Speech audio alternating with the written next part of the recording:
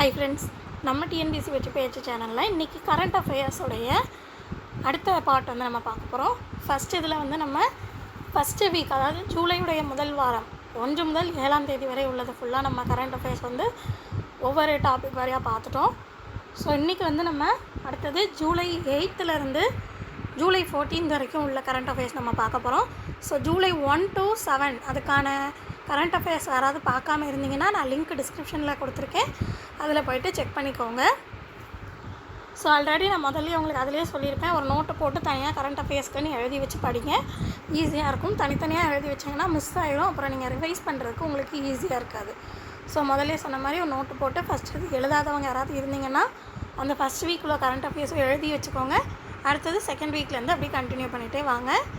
இப்போ நம்ம ஜூலை 8 to 14 அதுக்கான கரண்ட் அஃபேர்ஸ் பார்க்கலாம் வாங்க. ஃபஸ்ட்டு தேசியம் முதல்ல உள்ள கரண்ட் அஃபேர்ஸ் பாருங்கள். மேற்கு வங்கத்தின் ஹூக்ளி மாவட்டத்தை சேர்ந்த 3 பாரம்பரிய பொருட்கள் புவிசார் குடியிருப்புகளை பெற்றிருக்கு. எந்த இடம் நல்லா பார்த்துக்கோங்க. மேற்கு வங்கத்துடைய ஹூக்ளி மாவட்டம் புவிசார் குறியீடு பெற்றிருக்கு 3 பாரம்பரிய பொருட்கள். எதெல்லாம்னு பார்த்தீங்கன்னா, சந்தன நகரில் உள்ள ஜல்பாரா சந்தேஷ், ஜனாயின் மனோகரா அப்படின்ற பாரம்பரிய வங்காள இனிப்பு வகை, அண்ட் பாலாகருடைய டிங்கி படகுகள். ஸோ இது இந்த மூணுமே வந்து வந்திருக்கு. அடுத்தது உத்தரப்பிரதேசம், அதுங்க வந்து தாத்ரியில் உள்ள மார்க்ஸ் கான்கார் அப்படின்ற உள்நாட்டு கொள்கல முனையத்தில் இந்தியாவுடைய எக்ஸன் தரத்திலான கப்பல் கொள்கலன் வந்து அறிமுகப்படுத்தப்பட்டிருக்கிறது. எந்த இடம்? உத்தரப்பிரதேசத்துடைய தாத்ரி, அந்த இது நல்லா பார்த்துக்கோங்க, அங்கே இருக்கக்கூடிய மார்க்ஸ் கான்கார். அடுத்தது இந்தியாவுடைய சரக்கு போக்குவரத்துடைய உள்கட்டமைப்பில் இது ஒரு முக்கிய முன்னேற்றமாகவும் திகழ்கிறது. அடுத்தது பாருங்கள், திட்டம் 17A கீழ் உள்நாட்டிலேயே கட்டப்பட்ட 6வது எதிரிகளுக்கு புலப்படாத போர்க்கப்பலான INS மகேந்திரகிரி F-38 விசாகப்பட்டினத்தில் நாட்டுக்கு அர்ப்பணிக்கப்பட உள்ளது. எந்த இதுன்னு பார்த்துக்கோங்க. எதிரிகளுக்கு புலப்படாத போர்க்கப்பலான INS மகேந்திரகிரி F-38 எந்த திட்டத்தின் கீழ்? 17A கீழ் விசாகப்பட்டினத்தில் வைத்து அர்ப்பணிக்கப்பட உள்ளது, பார்த்துக்கோங்க. நெக்ஸ்ட்டு, ஹரியானாவில் புவிசார் குறியீடு அங்கீகாரம் பெற்ற முதல் பழம் என்ற பெருமையை சிர்சா ஹின்னோ பெற்றுள்ளது. ஸோ ஹரியானாவில் புவிசார் குறியீடு பெற்ற முதல் பழம் எது? சிர்சா ஹின்னோ. இதோடைய தனி சிறப்பு பெரிய அளவில் இருக்கும், பிரகாசமான நிறத்தில் இருக்கும்.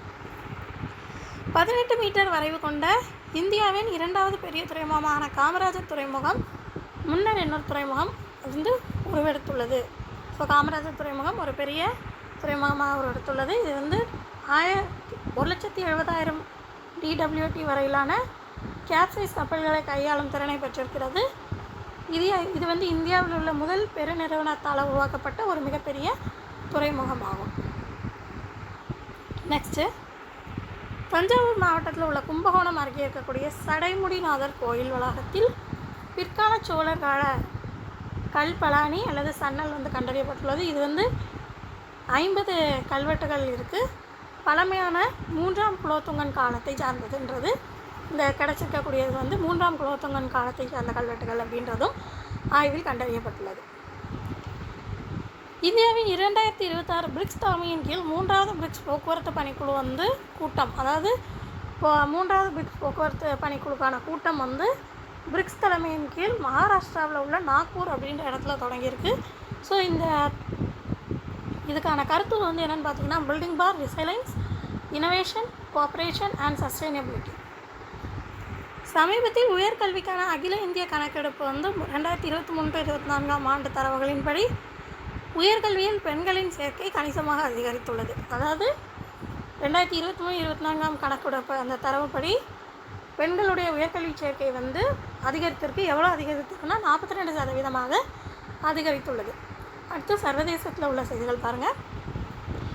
2025 GNI தரவுகளின் அடிப்படையில் 2026-27க்கான நாடுகளின் வருவாய் வகைப்பாட்டை உலக வங்கி குழுமம் வந்து வெளியிட்டிருக்கு.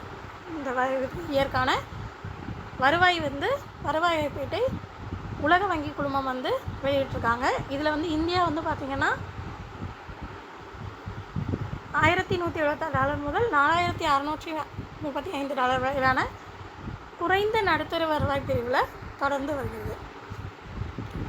நெக்ஸ்ட்டு 16வது இந்திய ஜப்பான் வருடாந்திர உச்சி மாநாடு வந்து புதுதில்லியில் நடைபெற்றிருக்கிறது. இதில் வந்து 2027 இந்தியாவும் ஜப்பானும் பகிரப்பட்ட எல்லைகளின் ஆண்டாக கொண்டாடப்படும் அப்படின்னு அறிவிக்கப்பட்டிருக்கு.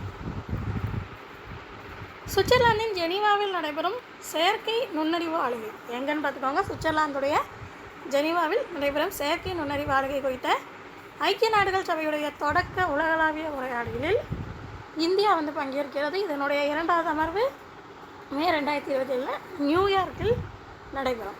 அதையும் பார்த்துக்கோங்க. சுவிட்சர்லாந்தில் ஜெனீவாவில் UNCTAD அப்படின்ற அமைப்பு வந்து ஏற்பாடு செய்த நுகர்வோர் பாதுகாப்பு சட்டம் மற்றும் கொள்கை நிபுணர்களுடைய 9வது அமர்வு அந்த இதுடைய தலைவராக இந்தியா வந்து நியமிக்கப்பட்டுள்ளது. இந்தியாவின் புதிய முதலீட்டு ஒப்பந்த மாதிரியை ஏற்றுக்கொண்ட முதல் OCCD நாடாக இஸ்ரேல் வந்து என்ன மாறியுள்ளது. புதிய முதலீட்டு ஒப்பந்த மாதிரியை ஏற்றுக்கொண்ட நாடாக மாறியிருக்கிறது. தாய்லாந்தின் பெட்சாபுரி மாகாணத்தில் உள்ள தொல்பொருள் தளத்தில் 2000 ஆண்டுகள் வந்து பழமையாக இருக்கக்கூடிய 2 இந்திய தங்க மோதிரங்கள் கண்டெடுக்கப்பட்டிருக்கிறது. எத்தனை ஆண்டு பழமையானது பார்த்துக்கோங்க. அதில் ஒரு மோதிரத்தில் புஷ்யாவால் பாதுகாக்கப்பட்டவர் அப்படின்னு பொருள்படக்கூடிய பிராமி எழுத்து பொறிப்புகள் வந்து பொறிக்கப்பட்டிருக்கிறது. இன்னொன்று வந்து இந்தியாவுடைய தென்கிழக்கு ஆசியாக்கிடையேயான ஆரம்ப கால கடல்சார் வர்த்தகத்திற்கான ஒரு சான்றாக அமைந்திருக்கிறது. 2026 ஆண்டு நேட்டோ உச்சி மாநாடு வந்து துருக்கியில் உள்ள அங்காரா அப்படின்ற இடத்துல நடைபெற்றிருக்கு. இதில் உறுப்பு நாடுகள் வந்து கூட்டு பாதுகாப்பு கடமைகளை உறுதி செய்திருக்கின்றன. ஸோ உக்ரைனுக்கு வந்து பேட்ரியாட் ஏவுகணை அமைப்புகள் தயாரிக்கிறதுக்கான ஒரு அனுமதிப்பை அமெரிக்கா கொடுத்திருக்கிறது அப்படின்னு சொல்லி அறிவிக்கப்பட்டிருக்கிறது. 3வது இந்தியா, அதாவது ஆஸ்திரேலியா வருடாந்திர உச்சி மாநாட்டின் போது இரு நாடுகளும் சிவில் அணுசக்தி ஒத்துழைப்பு ஒப்பந்தத்தின் கீழ் நிர்வாக ஏற்பாட்டை வந்து இறுதி செய்திருக்கிறாங்க. அணுசக்தி விநியோகஸ்தர்கள் குழுவில் இந்தியா இணைவதற்கு ஆஸ்திரேலியா வந்து ஆதரவளித்துள்ளது.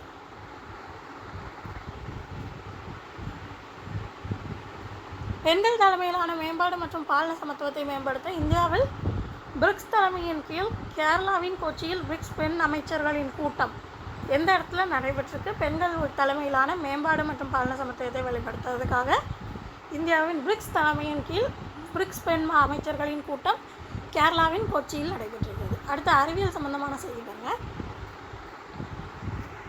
இந்தியாவின் முதல் தனியார் சுற்றுப்பாதை ஏவுகணையான விக்ரம்-1 தனியார் சுற்றுப்பாதை முதல் சுற்றுப்பாதை விக்ரம்-1 அதோடைய முதல் சோதனை ஓட்டம் மிஷன் ஆகமம். அது வந்து அந்த திட்டத்துக்கான ஏவுதல் காலவரிசையை வந்து ஸ்கைரூட் ஏரோஸ்பேஸ் அப்படின்றத வந்து அறிவிச்சிருக்காங்க. ஸோ இந்த விக்ரம்-1 அப்படின்றது 450 கிலோமீட்டர் உயரத்தில் லியோ 350 கிலோ எடை வரையிலான சுமைகளை நிலைநிறுத்தும் வகையில் வடிவமைக்கப்பட்ட ஒரு ஏவுதல் வாகனம். மகப்பேறு செயல்பாடுகளை படிக்கவும் மருந்துகளை சோதிக்கவும் மும்பையைச் சேர்ந்த இந்திய அறிவியலாளர்கள் வந்து பிளசண்டா ஆன்ஷிப் அப்படின்ற தளத்தை உருவாக்கியிருக்கிறார்கள். உலகின் முதல் ஓக்டோசார் செயற்கைக்கோளான கிருஷ்டி திட்டமானது புவிகாந்த சூரிய புயலால் ஏற்பட்ட முரண்பாடு காரணமாக என்ன செஞ்சுட்டு அதோடைய தகவல் தொடர்பு வந்து இழக்கப்பட்டது. அடுத்தது தமிழ்நாட்டில் உள்ளது பாருங்கள். இருளர் பழங்குடியினர் சமூகத்தின் வாழ்வாதாரத்தை மேம்படுத்த கடலூரில் உள்ள பிச்சாவரம் சதுப்பு நிலங்களில் தேனீ வளர்ப்பு முன்னெடுப்பை தமிழ்நாடு வளத்துறை தொடங்கியுள்ளது. ஸோ பிச்சாவரம் சதுப்பு நிலங்களில் தேனீ வளர்ப்பு முன்னெடுக்கிறதுக்காக இதுக்கு வந்து ஆக்ஷன் எடுத்திருக்காங்க. ஸோ இதை வந்து என்ன பேரில் இதை சொல்கிறாங்கன்னா பிச்சாவரம் மாங்குரோவ் தேன் அப்படின்ற வணிக பேரில் இதை சொல்கிறாங்க. திருவலந்துலியில் உள்ள வடமுடிநாதர் கோவிலில் பிடாரி ஏகவீரி அப்படின்ற கல்வெட்டு திரும்பவும் கண்டெடுக்கப்பட்டுள்ளது. இது வந்து பிடாரி ஏகவீரி அப்படின்ற அம்மனுக்கு சோழர் காலத்தில் வந்து இந்த அம்மனுக்காக அரசு மானியம் வந்து வழங்கப்பட்டிருக்கு அப்படின்றதை வெளிப்படுத்துகிறது. ஏப்ரல் 2025 முதல் மார்ச் 2026 வரையிலான காலகட்டத்தில் இந்தியா மொத்தம் 125 புவிசார் குடியேறிகள் வந்து பதிவு செய்யப்பட்டிருக்கிறது. ஸோ அதில் வந்து முதலிடம் பார்த்திங்கன்னா மத்திய பிரதேசம் 26 பதிவுகளோட முதலிடத்தில் இருக்குது. மேற்கு வங்கம் அடுத்த இடத்துல இருக்குது 24 பதிவுகளோடு இருக்கிறது. அடுத்து நாட்டில் வந்து மாநில அளவில் பார்க்கும்பொழுது பார்த்திங்கன்னா மொத்தமாக பதிவு செய்யப்பட்ட ஜிஐ குறியீடுகளோட எண்ணிக்கை வந்து 822. அதில் வந்து பார்த்திங்கன்னா முதல் இடத்துல இருக்கிறது உத்தரப்பிரதேசம் 79, தமிழ்நாடு 74, மேற்கு வங்கம் 59. ஆதிதிராவிடர் மற்றும் பழங்குடியினர் நலத்துறையின் பெயரை சமூக நீதித்துறை என பெயர் மாற்றம் செய்துள்ளது. ஸோ திராவிடர் பழங்குடியினர் நலத்துறை இப்படி பெயர் மாற்றம் செஞ்சுருக்காங்க, சமூக நீதித்துறை. அடுத்த விளையாட்டு பாருங்கள். இங்கிலாந்தை வீழ்த்தி 7வது மகளிர் T20 உலகக்கோப்பையை வென்றது யார்? ஆஸ்திரேலியா வென்றிருக்காங்க. இதை நடத்தினது இங்கிலாந்து மற்றும் வேல்ஸ் கிரிக்கெட் வாரியம் நடத்தியிருக்காங்க. அடுத்து கன்னியாகுமரியை சேர்ந்த அஸ்வத் அப்படின்றவர் வந்து பூனேயில் 2024 நடைபெற்ற சர்வதேச கிராண்ட் மாஸ்டர் ரவுண்டில் ரோபின் போட்டியில் GM தகுதியை பெற்றிருக்கிறார். ஸோ இவர் தான் வந்து 98வது இந்தியாவைச் சேர்ந்த 98வது செஸ் கிராண்ட் மாஸ்டராக ஆனவர். ஸோ இது தமிழ்நாட்டுக்கும் பெருமை. அடுத்தது பாருங்கள், சுற்றுச்சூழலில் உள்ள செய்திகள். பீகாரின் முங்கேரில் உள்ள ஒரு ஆலமரம் வந்து 700 ஆண்டுகள் பழமையானதாக இருக்கிறது. இது இந்தியாவின் இயற்கை பாரம்பரியத்துடைய முக்கிய அடையாளமாக இருக்கிறது. தேசிய பல்லுயிர் ஆணையத்தின் பரிந்துரையின் பேரில் மிசோரமில் உள்ள ஒரு இயற்கை வரலாற்று அருங்காட்சியகம், இந்த அருங்காட்சியகம் வந்து இந்தியாவுடைய 21வது அங்கீகரிக்கப்பட்ட களஞ்சியமாக அறிவிக்கப்பட்டுள்ளது. எந்த அருங்காட்சியகம் பார்த்துக்கோங்க, எந்த இடத்துல இருக்குது, மிசோரமில் இருக்குது, நல்லா பார்த்துக்கோங்க. இமயமலை பாங்கோலின் ஒரு தனித்துவமான இனமாக, அதாவது பாங்கோலின் அப்படின்ற இனம் வந்து ஒரு தனித்துவ இனமாக உறுதி செய்யப்பட்டிருக்கிறது. இதுக்கு முன்னாடி வந்து சீன பாங்கோலினுடைய கிளை இனமாக முதல்ல வகைப்படுத்தப்பட்டிருக்கிறது. இப்போ தனித்துவ இனமாக உறுதி செய்யப்பட்டுள்ளது. முக்கிய தினங்கள் பாருங்கள். ஜூலை 6 விலங்குகள் மற்றும் மனிதர்களிடையே வந்து பரவக்கூடிய நோய்களை குறித்து விழிப்புணர்வு ஏற்படுத்தும் தினமாக அனுசரிக்கப்படுகிறது. இதனுடைய கருத்துரு 2026 one world one health prevent zoonoses. Next பாருங்கள், ஜூலை 6 ஊரக வளர்ச்சி, வறுமை ஒழிப்பு, உணவு பாதுகாப்பு மற்றும் நிலையான வாழ்வாதாரங்களுடைய முக்கியத்துவம் குறித்த விழிப்புணர்வை ஏற்படுத்தக்கூடிய தினமாக அனுசரிக்கப்படுகிறது. 2026 இதுக்கான கருத்துரு financing the first mile of the food system.